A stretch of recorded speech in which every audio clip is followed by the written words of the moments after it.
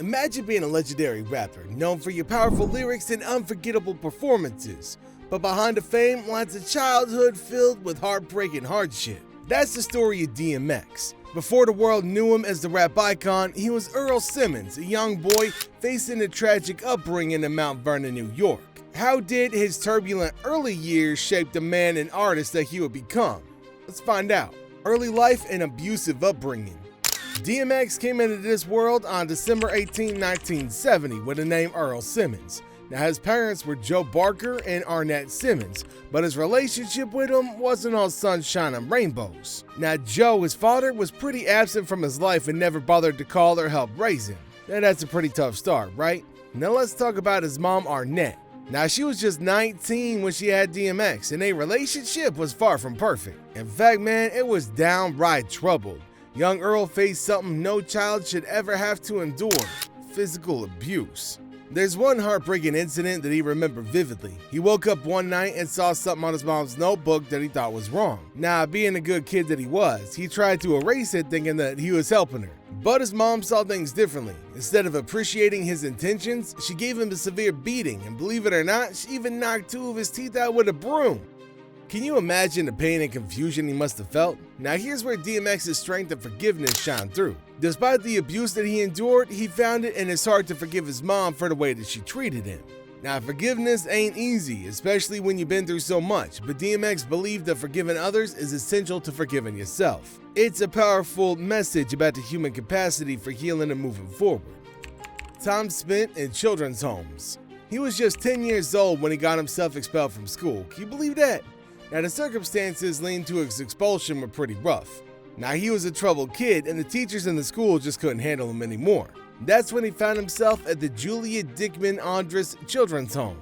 Now, this wasn't a summer camp. It was a place for kids with behavioral issues. The judge basically told his mom, Arnett Simmons, that she couldn't keep him out of trouble, and that's how he ended up there. But unfortunately, DMX's time there didn't go smoothly either.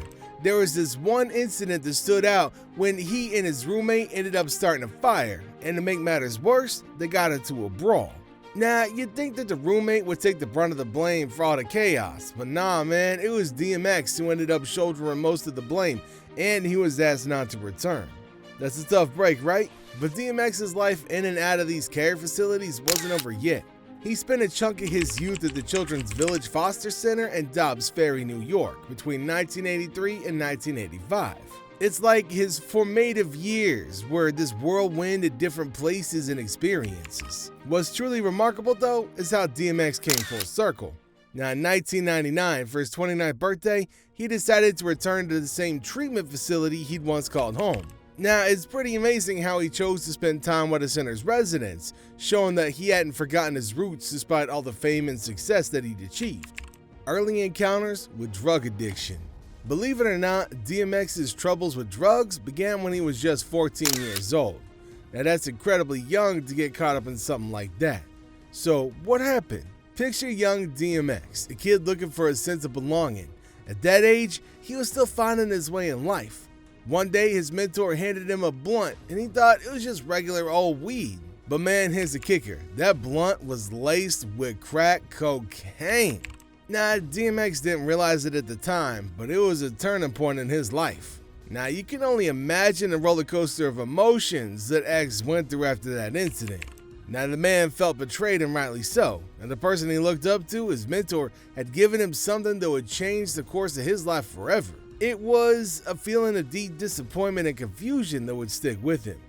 Now, here's where it gets even more heartbreaking. DMX's life was marked by a struggle that often led him down a dark path, and drugs played a significant role in that particular journey.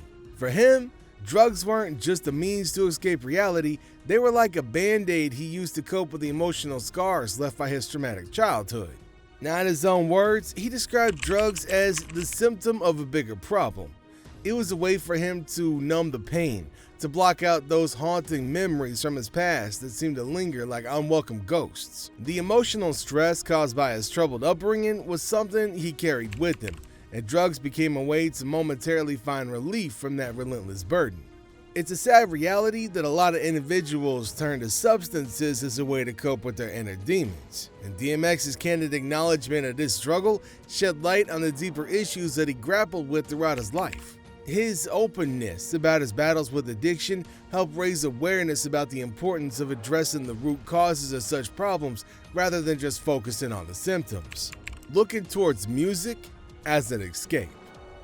DMX rose to fame despite facing a challenging childhood marked by poverty and domestic abuse.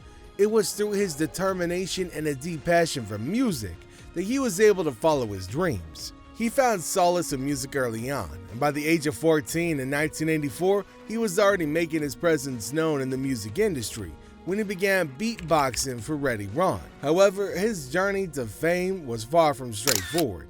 Now, he took to the streets to produce and sell his mixtapes, which served as a platform for him to showcase his raw talent and lyrical prowess. In 1992, DMX signed a deal with Columbia Records and released his promotional single, Born Loser. Now, this marked a significant step in his career, but it was in 1997 when he signed with the hip-hop collective and record label Rough Riders Def Jam Records that he truly started making waves. The following year, in 1998, DMX released his debut album, It's Dark and Hell is Hot. Now, along with the smash hit single, Get At Me Dog, which helped propel him into the mainstream, his second album, Flesh in My Flesh, Blood in My Blood, dropped in 1999 and further solidified his position in the rap world. Now, that same year, he released his third and best-selling album, And Then There Was X, on December 21st, which continued his streak of chart-topping successes.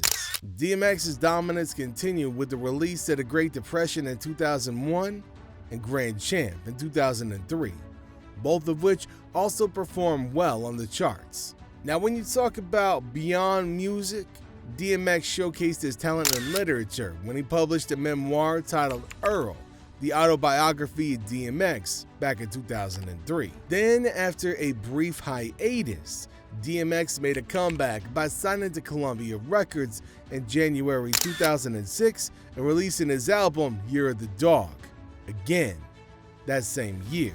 Now, he also ventured into reality television with the series DMX Soul of a Man in 2006, allowing fans to get a closer look at his life beyond the stage. In 2012, DMX released his seventh album, Undisputed, and continued to make music with the release of Redemption of the Beast in 2015, his eighth album, Under Seven Arts. Despite his ups and downs in both his personal life and career, DMX's dedication to his craft and his passion for music remained unwavering, endearing him to fans around the world. DMX's unique style, candid lyrics reflecting his troubled past, and his signature barking ad-lib not only made him a force to be reckoned with in the rap industry, but also earned him a place in the hearts of many who connected with his powerful and raw storytelling.